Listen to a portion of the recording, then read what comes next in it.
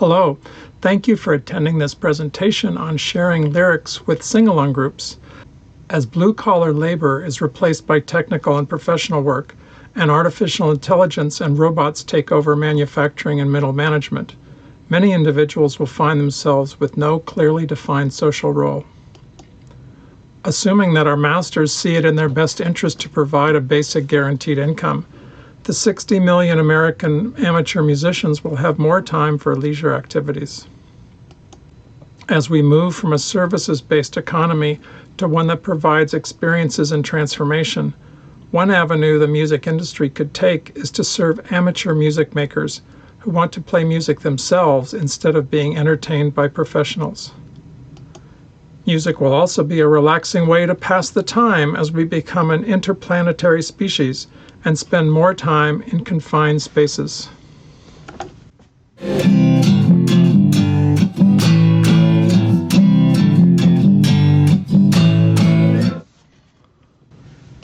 Back on planet Earth, people have gotten together to form Singalong Groups. Around the world, groups of 10 to 50 members meet once to 4 times a month. Santa Cruz has a really flourishing scene. They say that there's more per capita going on with the ukulele than anywhere else. But it's all around the world. New Zealand, Philippines, Japan, Australia, Canada, United Kingdom. And here in Indiana, yours truly playing at a Books and Brew evening.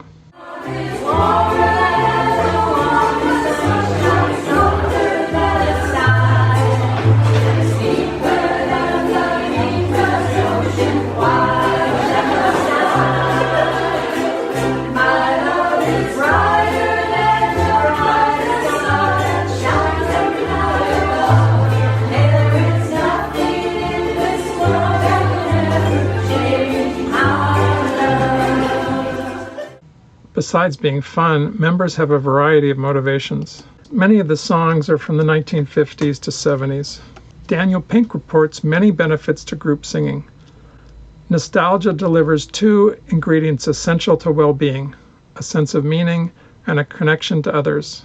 It can foster positive mood, protect against anxiety and stress, boost creativity, heighten optimism, deepen empathy, alleviate boredom, increase physiological feelings of comfort and warmth.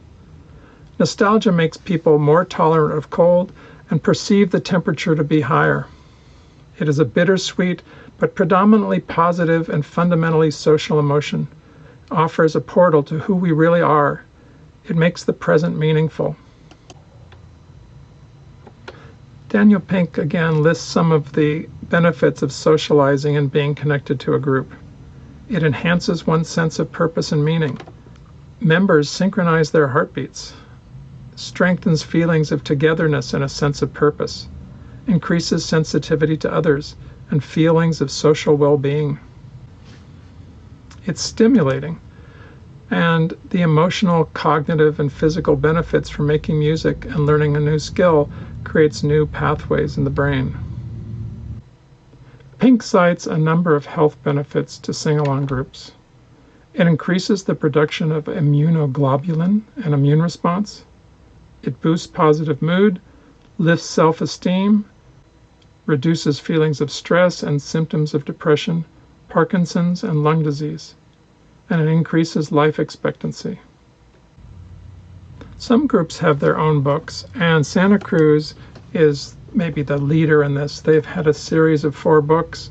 Each song has a different format.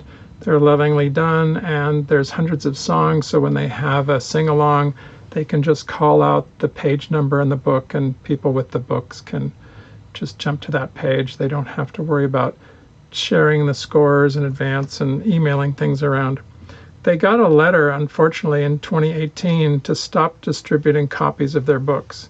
And so now it's a very closed environment, and you have to find someone's book and Xerox it. It's not as free as it used to be. There are also a number of excellent websites. They're all free and appear to be done out of a labor of love. You can study the songs in advance, and they provide a pool to pull material that then can be used to create set lists and share songs before sessions. One of them is Jim's songbook. There's hundreds of songs there. They're in PDF format or Chord Pro, and this is what they look like when they're displayed. Dr. Uke is another extensive site. You'll notice there's over 2,900 songs there.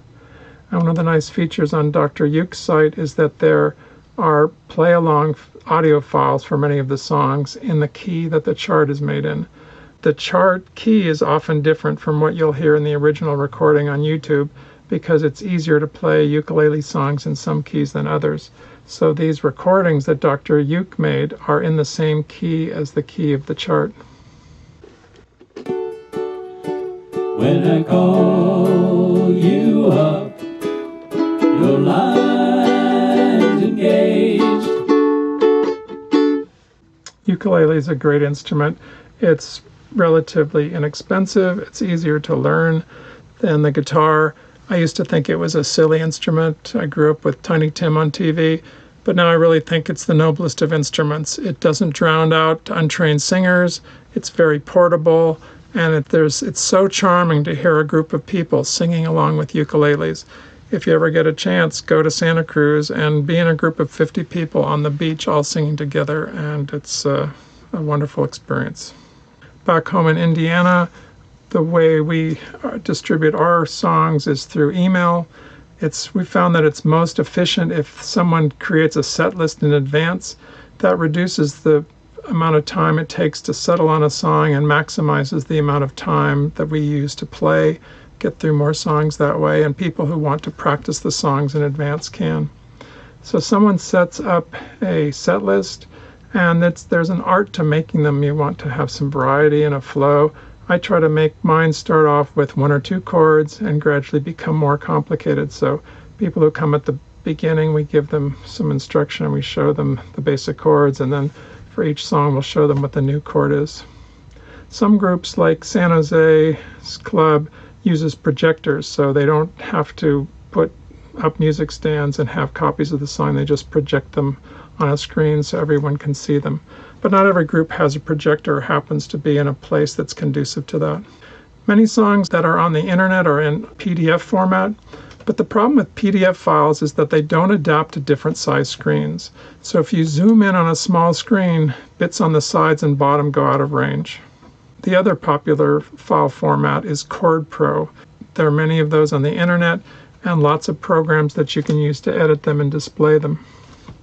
Here's the songbook program for Apple computers. On the right, you enter in text for the song and you put chords in square brackets. And you precede the syllable where the chord changes with the chord. And then it shows you on the left how that's going to be displayed if you print it out as a PDF file. And this makes it easy to put chords above the syllable where they change, because if you just type this in a word processor, when you print it out, they may slide around a little bit. And so this is what it looks like when you're seeing it in the viewer program. Another nice feature about Chord Pro is that the files are rendered from the text files when the viewer program opens them. So depending on the size of your window, if you zoom in, it will wrap the lines around. They won't go off the edges the way they do in a PDF. FourScore is an excellent program if you've got an iPad. It'll work on iOS devices. It shows you your songs in a library and you can jump to them quickly. It displays PDF files. Songs can be tagged with metadata, so you can indicate who the composer is or what the genre is, how hard the song is, how long it lasts, what key it's in. And then you can do searches of your library using those tags. So if you want to play all the easy songs, just those easy songs will be listed, or only the songs that are in a certain style or by a certain composer. You can draw songs that are from your library to make set lists. And then you can share a set list with other people, either as one big PDF file with all the songs in it, or a FourScore file that will open in FourScore as a set list with all the individual songs for those people who have the program. One of the drawbacks, though, is that it doesn't look good on phones. It does synchronize. You can They have a separate app that one person can synchronize with other people, and their devices will go from song to song along with them. The pages will turn. But if one person's on an iPad and another person's on a phone, the phone people are not really going to be able to read the screen. It's just too small, especially if it's arm's reach away and you're trying to play ukulele at the same time. And those of us in the 50 to 70 age range have a harder time making out the small screens. In general, there's problems with the system the way it is. It's kind of like the situation of MP3 files before the iTunes music library, back in the days of Napster. There's mistakes in the scores. You can spend time searching around and not find the one in the right key. There's mistakes in the lyrics. The forms disagree. The scores are not legible on phones, and those are the devices that most people have.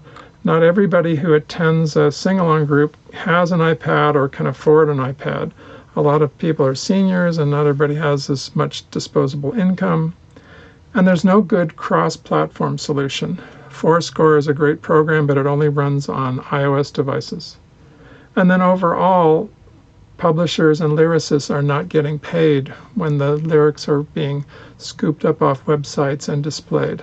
Sing-along groups play 20 to 30 different songs each week.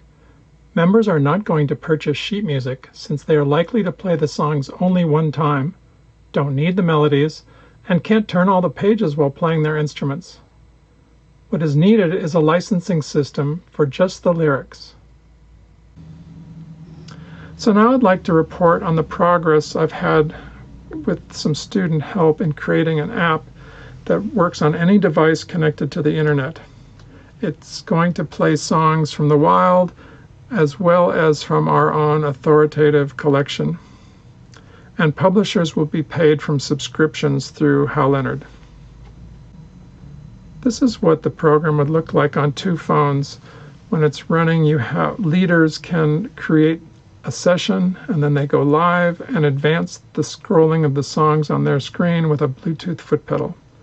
On the bottom, you see what a follower would see.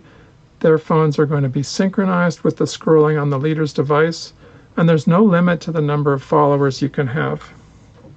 If you have a ukulele, you should pause this and go find it. If you don't have a ukulele, please join in and sing along. As Pete Seeger said, it's participation that's going to save the human race. In a cavern, in a canyon, excavating for a mine, dwelt a miner, 49er, and his daughter, Clementine. Oh, my darling, oh, my darling, oh, my darling Clementine. You are lost and gone forever, dreadful sorry Clementine. Light she was and like a fairy, and her shoes were number 9. Herring boxes without topses, sandals were for Clementine. Drove she ducklings to the water every morning just at 9. Hit her foot against a splinter, fell into the foaming brine. This was an ambitious task for a capstone project developed by 4 seniors in the computer science department. COVID isolation last spring prevented them from making it fully operational. In the future, we hope that Hal Leonard will provide an API allowing third-party developers to search their song database. We hope to grow a library of authoritative lyric sheets and index it with publisher information. We will then provide Hal Leonard a breakdown of how many times each song has been displayed and have them send each publisher their share from the pool of money collected from subscriptions. Hal Leonard already has many deals in place with publishers and is in the best position to add this revenue stream.